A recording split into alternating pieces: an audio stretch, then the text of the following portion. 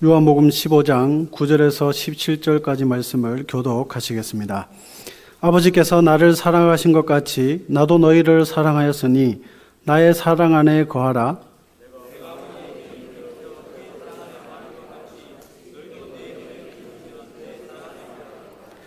내가 이것을 너희에게 이름은 내 기쁨이 너희 안에 있어 너희 기쁨을 충만하게 하려 함이라.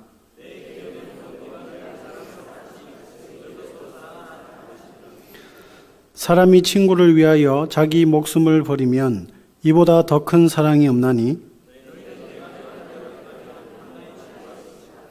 이제부터는 너희를 종이라 하지 아니하리니 종은 주인이 하는 것을 알지 못함이라. 너희를 친구라 하였노니 내가 내 아버지께 들은 것을 다 너희에게 알게 하였음이라.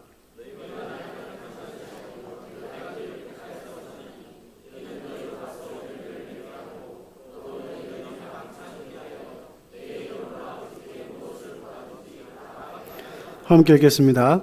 내가 이것을 너희에게 명함은 너희로 서로 사랑하게 하려 함이라. 아멘. 한때 친구라는 영화가 흥행한 적이 있습니다.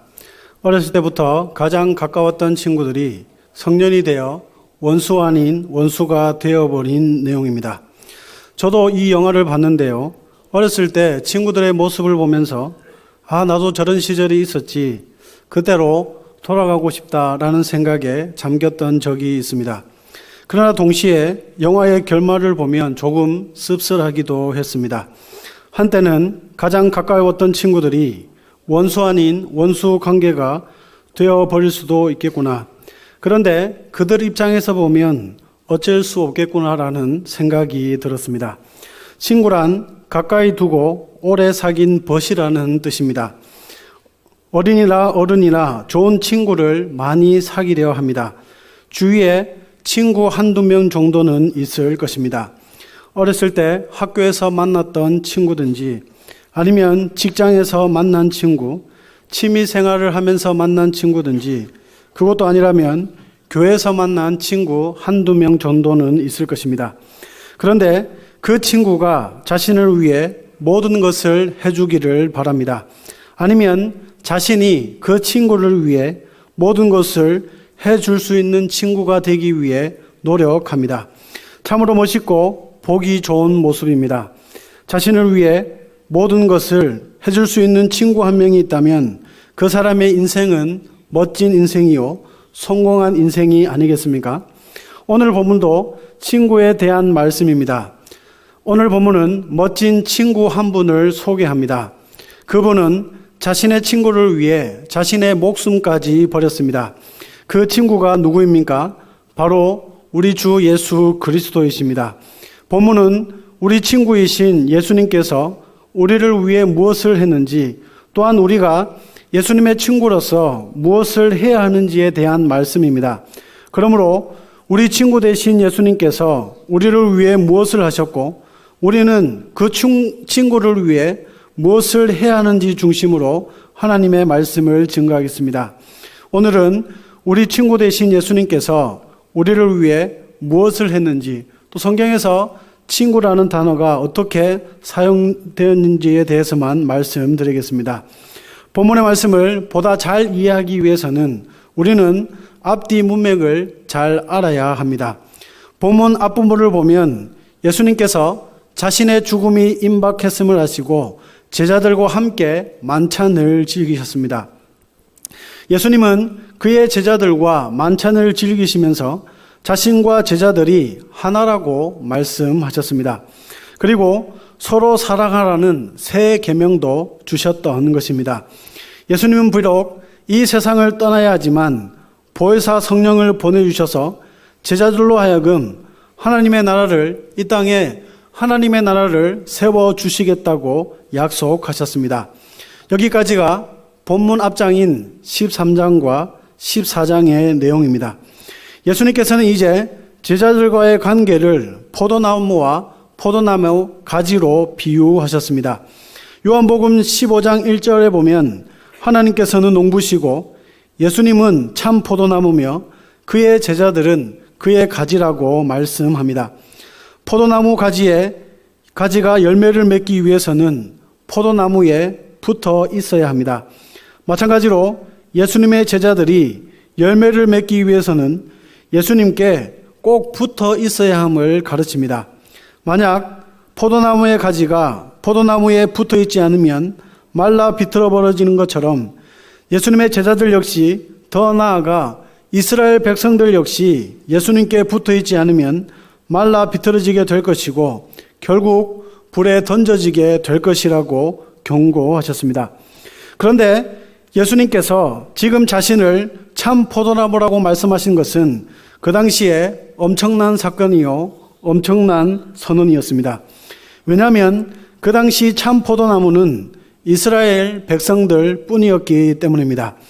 그 당시 유대인들은 오직 자신만이 하나님의 참 포도나무요, 참 포도원이요, 또한 참 포도나무의 가지라고 생각했기 때문입니다.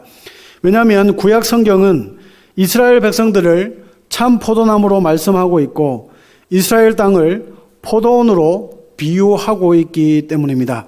이사야 5장 1절 말씀입니다. 나는 내가 사랑하는 자를 위하여 노래하되 내가 사랑하는 자의 포도원을 노래하리라. 내가 사랑하는 자에게 포도원이 있으며 심히 기름진 사내로다.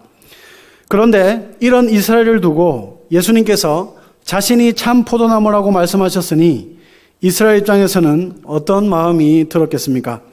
예수님께서 자신이 참 포도나무라고 선언한 것은 악하고 험난한 이 세상 가운데 하나님의 참 기쁨과 하나님의 위로를 줄 수 있는 사람이 바로 자신뿐이라고 말하는 것과 같습니다.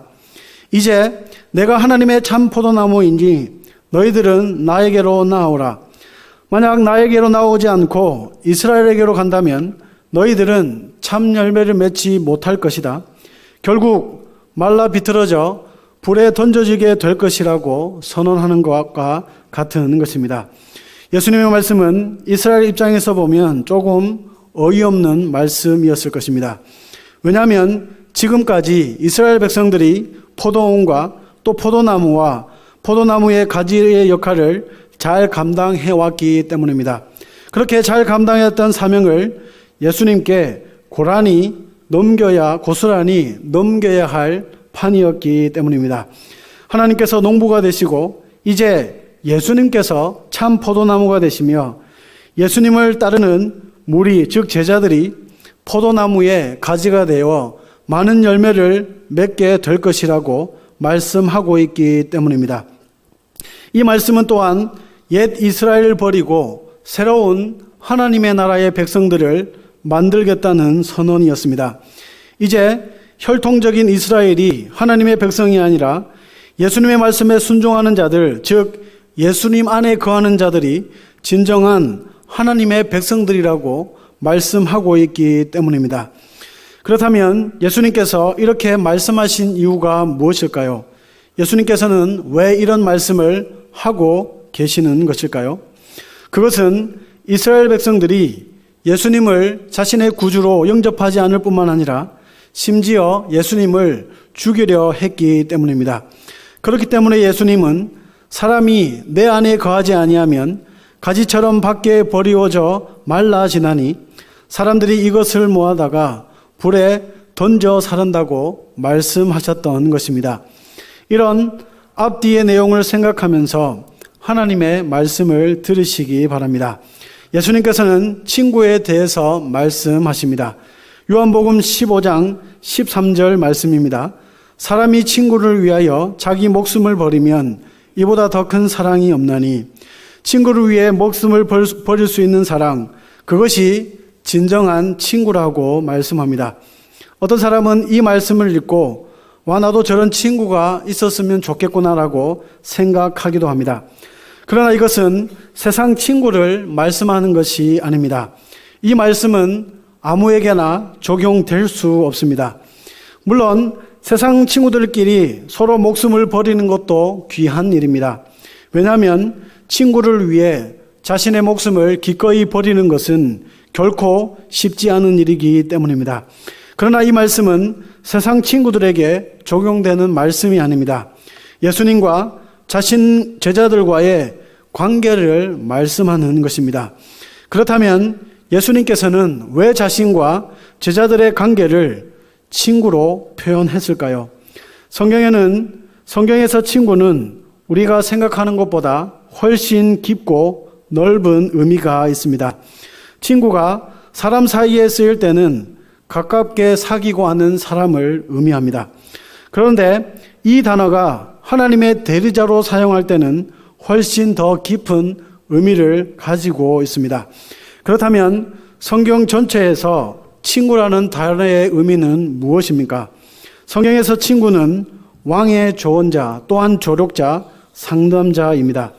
열왕기사 4장 5절 후반절에 보면 나단의 아들 사붓은 제사장이니 왕의 벗이요. 또한 역대상 27장 33절에 보면 아히도벨은 왕의 모사가 되었고 아렉 사람 후세는 왕이 벗이 되었고, 왕의 벗은 왕의 친구들을 의미합니다. 이 사람들은 왕의 모사들, 즉 왕의 조언자들이었습니다. 우리나라 고대 국가에도 이런 사람들이 있었습니다. 우리는 이런 사람들을 책사라고 불렀습니다. 책사하면 가장 먼저 떠오르는 인물이 있을 것입니다. 바로 삼국지에 나오는 제갈 공명입니다. 그는 유비를 도와 전쟁에서 승리하며 나라를 세웠던 인물입니다. 마찬가지로 다윗 왕의 친구들 역시 다윗 왕과 함께 이스라엘을 지켰던 사람들입니다. 뿐만 아니라 벗은 하나님의 친구로도 사용됩니다. 그렇다면 누가 하나님의 친구가 될 수 있겠습니까? 죄인인 인간이 어떻게 하나님의 친구를 둘 수 있는 것일까요? 그러나 성경은 아브라함이 바로 하나님의 친구였음을 말씀합니다. 야고보서 2장 23절에 보면 이에 성경에 이른바 아브라함이 하나님을 믿으니 이것을 의로 여기셨다는 말씀이 이루어졌고 그는 하나님의 벗이라 칭함을 받았나니, 이사야 41장 8절에도 그러나 나의 종 너 이스라엘아 내가 택한 야곱아 나의 벗 야곱의 자손아. 그렇다면 하나님과 친구인 아브라함은 하나님께 무엇을 할 수 있을까요? 아브라함은 하나님과 하나님의 뜻을 놓고 함께 의논할 수 있는 사람이었습니다. 여호와께서 이르시되 내가 하려는 것을 아브라함에게 숨기겠느냐. 창세기 18장 17절 말씀. 하나님께서 소돔의 악함을 보시고 멸하시기로 작정하셨습니다.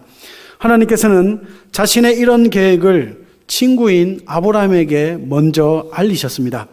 하나님의 계획을 들은 아브라함은 하나님께 간구합니다. 소돔성에 살고 있는 의인을 구원해 달라고 말이죠. 물론 하나님께서는 결국 소돔성을 심판하셨지만 친구인 아브라함의 간구를 들어주셔서 의인 롯과 그의 두 딸을 살려주셨습니다. 이렇듯 하나님의 친구는 하나님의 뜻을 하나님과 함께 의논하는 사람이었습니다. 하나님의 친구인 아브라함은 또한 하나님의 뜻을 돌이키기도 합니다. 아브라함이 그랄 땅에 거할 때 자신의 아내를 누이라고 속인 적이 있습니다. 그러나 왕 아비멜렉은 사라가 아브라함의 누이인 줄 알고 사라를 아내로 맞이하려고 합니다. 그때 하나님께서 아비멜렉의 꿈에 나타나서 사라를 어떻게 하지 말라고 말씀하셨고 아브라함이 너를 위해 기도하면 너를 죽이지 않겠다고 말씀합니다. 그 일로 아비멜렉은 죽임을 당하지 않았던 것이죠. 아브라함은 하나님의 친구로서 하나님과 의논하는 사람이었습니다. 심지어 하나님의 뜻을, 하나님의 심판을 돌이키기도 한 그런 사람이었던 것입니다. 성경에 하나님이 친구하면 떠오르는 인물이 한 명 더 있습니다. 바로 모세입니다. 모세 역시 하나님의 뜻을 돌이키게 했던 사람입니다. 모세가 시내산에서 십계명을 받으러 간 사이 이스라엘 백성들은 금송아지를 숨겼습니다. 하나님께서는 이 광경을 보시고 심히 진노하셨습니다. 이스라엘을 다 진멸하고 모세를 통하여 새 백성을 만들겠다고 말씀하셨습니다. 그때 모세는 이스라엘의 죄를 사해달라고 하나님께 간구했습니다. 그러자 하나님께서는 그 뜻을 돌이키사 말씀하신 화를 그 백성에게 내리지 않겠다고 말씀하셨던 것입니다. 또한 아론과 미리암이 모세를 반역했습니다. 그때 하나님께서는 친구인 모세를 변호하셨습니다. 하나님께서 다른 선지자들에게는 이상으로도 알리고 꿈으로도 알렸지만 모세에게는 직접 대면하여 명백하게 말씀하셨고, 여호와의 형상을 보았는데 어찌 너희들이 모세를 비방하냐고, 모세를 비방하는 것을 두려워하지 않냐고 그렇게 변호했던 것입니다.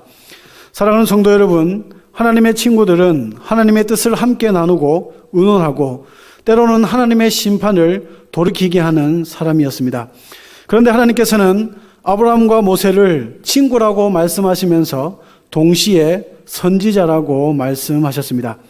구약의 선지자는 하나님의 친구로서 천상회의에 참여하여 하나님의 뜻을 의논하기도 하고 결정하기도 하며 때로는 하나님의 뜻을 돌이켜달라고 간구했던 사람이기도 합니다. 예레미야 23장은 선지자들에 대한 말씀인데 18절에 보면 누가 여호와의 회의에 참여하여 그 말을 알아들었으며 누가 귀를 기울여 그 말을 들었느냐라고 말씀하십니다. 이렇듯 하나님의 친구와 선지자들은 천상회의에 참여하여 하나님과 함께 의논하는, 심지어 하나님의 뜻을, 심판을 돌이키는 아주 특별한 존재였던 것입니다. 그런데 예수님은 이제 그 친구를 자신에게 적용시킵니다. 사람이 친구를 위하여 자기 목숨을 버리면 이보다 더 큰 사랑이 없나니. 예수님은 누가 하나님의 친구이고 자신의 친구인가를 말씀하기 전에 자신이 우리의 친구라고 말씀하십니다. 예수님은 우리의 참 친구가 되어 주셨습니다. 예수님은 우리의 죄를 위해 십자가에 돌아가셨을 뿐만 아니라 하나님께 나아가 우리의 죄를 변호해 주셨습니다. 아브라함과 모세처럼 예수님은 우리의 죄를 사해달라고 하나님께 친히 간구하셨습니다. 예수님의 십자가의 공로로 우리가 의롭게 되었다는 것을 하나님께 변호하신 것입니다. 친구를 위해 목숨을 버리신 예수님이 계시기에 우리는 예수님의 공로로 의롭게 될 수 있었던 것입니다. 이보다 멋진 친구가 어디에 있겠습니까? 친구를 위해 목숨을 버린 예수님이야말로 진정한 사랑을 그 친구에게 보여준 것이 아닙니까? 신약에 예수님의 친구는 죄인들이라고 말씀합니다. 예수님의 별명은 죄인들의 친구입니다. 예수님은 바리새인들과 서기관들의 친구였습니다. 마태복음 11장 19절에 보면 보라 먹기를 탐하고 포도주를 즐기는 사람이요 세리와 죄인의 친구로다. 죄인들의 친구를 위해 지옥에 떨어져 죽어야 할 우리들을 위해 하나님을 뜻을 돌이켜달라고 간구하는 아브라함과 모세와 같은 분이십니다. 아니, 아브라함과 모세보다 훨씬 뛰어난 분이십니다. 심지어 자신의 생명을 내어놓고 자신의 친구들을 구원해 달라고 하신 분이 바로 우리 친구이신 예수님이십니다. 사랑하는 성도 여러분, 말씀을 맺겠습니다. 우리에게는 진정한 친구가 있습니다. 자신의 목숨을 버리면서까지 우리를 사랑하는 친구 말입니다. 그 친구가 바로 우리 주 예수님이십니다. 그분은 하나님의 아들이시요 하나님이 우편에 앉아 계시며 아직도 우리를 다스리고 계십니다. 그런데 우리에게 조금 어려운 일이 찾아온다고 해서 실망해서야 되겠습니까?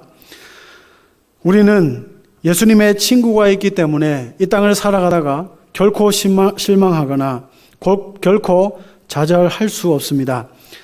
친구이신 예수님께서 우리를 위해 하나님께 간구하는데 우리가 어떻게 실망하며 좌절할 수 있겠습니까? 우리가 예수님의 친구가 된 것이 예수님의 친구가 될 그런 자격이 있어서 예수님께서 우리를 친구 삼아 주셨습니까? 우리가 예수님을 위해 죽을 각오가 되어 있기 때문에 예수님께서 우리를 친구 삼아 주셨습니까? 결코 그렇지 않습니다. 오직 예수님께서 우리를 친구 삼아 주신 것은 하나님의 사랑이요 하나님의 은혜입니다. 하나님의 은혜로 우리는 예수님의 친구가 되었고 예수님과 함께 하나님의 나라를 이루어나가며 하나님의 진노를 바꾸게 해달라고 하나님께 간구하는 것입니다. 그러므로 사랑하는 성도 여러분, 우리의 친구 되신 예수님을 더욱 알아가고 그 예수님만을 가까이하며 더욱 사랑하며 살아가는 우리 모든 성도들이 되시길 주님의 이름으로 축복합니다. 아멘.